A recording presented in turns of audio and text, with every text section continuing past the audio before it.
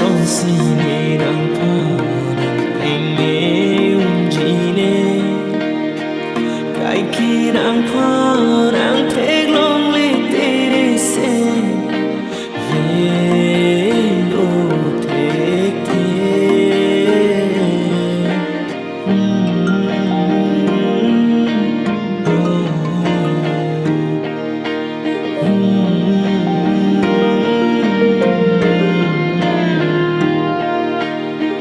trong si nàng lê đi tung pe đam dùi phố tàn tê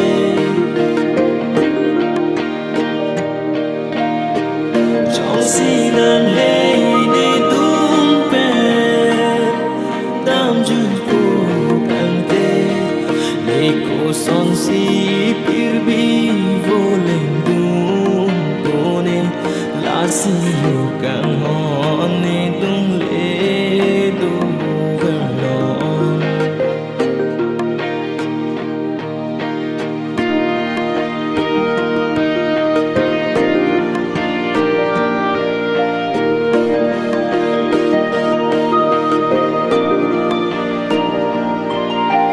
càng hò đang ra ji kuan ke me sin tua mi ra so me nang nang dor de nang lam te le kuan ke ju me nang se ar ju ring ne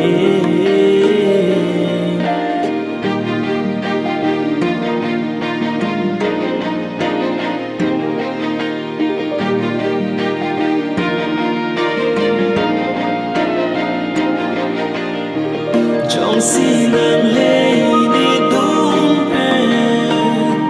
đam dùi phố càng tê